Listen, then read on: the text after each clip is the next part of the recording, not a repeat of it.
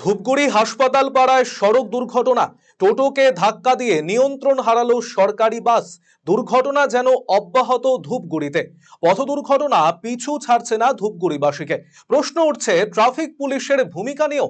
স্থানীয় বাসিন্দারা আঙুল তুলছেন সরকারি বাসের বিরুদ্ধে। রং রুটে ঢুকে টোটোকে ধাক্কা মেরে নিয়ন্ত্রণ হারায় সরকারি বাসটি। এ ঘটনায় আহত হয়েছে টোটো চালক। দুমড়ে মুচড়ে গিয়েছে টোটো। তবে অল্পের জন্য বড়সড় দুর্ঘটনার হাত থেকে রক্ষা পেল গোটা এলাকা। ঘটনাটি ঘটেছে ধূপগুড়ি হাসপাতালের গেটের ঠিক সামনেই, যেখানে প্রত্যেকদিন বিভিন্ন এলাকা থেকে আহত ব্যক্তি এবং রোগীদের নিয়ে অ্যাম্বুলেন্স হাসপাতালে ঢোকে। কখনো আহত রোগীকে নিয়ে অ্যাম্বুলেন্স বের হয় জলপাইগুড়ির উদ্দেশ্যে।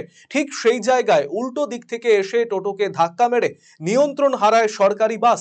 ঘটনার খবর পেয়ে ঘটনাস্থলে যায় ধূপগুড়ি ট্রাফিক গার্ডের পুলিশ। তবে পুলিশের ভূমিকা নিয়েও উঠছে একাধিক প্রশ্ন।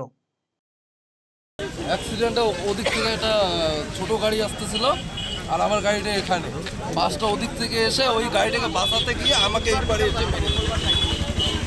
আমাকে এই পাশে এসে মেরে দিয়ে একদম উল্টি ফার্মেসিটির সামনে বাসটা চলে গেছে। ওখানে বাইক ঠেক অনেক কটা ছেঁচড়িয়ে নিয়ে আসে। গাড়িটা তুলো আমার সামনে দেখলে কি হইতো অবস্থাটা? হাঁটুতে লেগেছে। হাঁটুতে লেগেছে। এই জায়গাটায় এই অ্যাক্সিডেন্ট কি মাঝে মধ্যেই হয়? হ্যাঁ, এর আগেও তো হতো, মাঝে মাঝে হতো।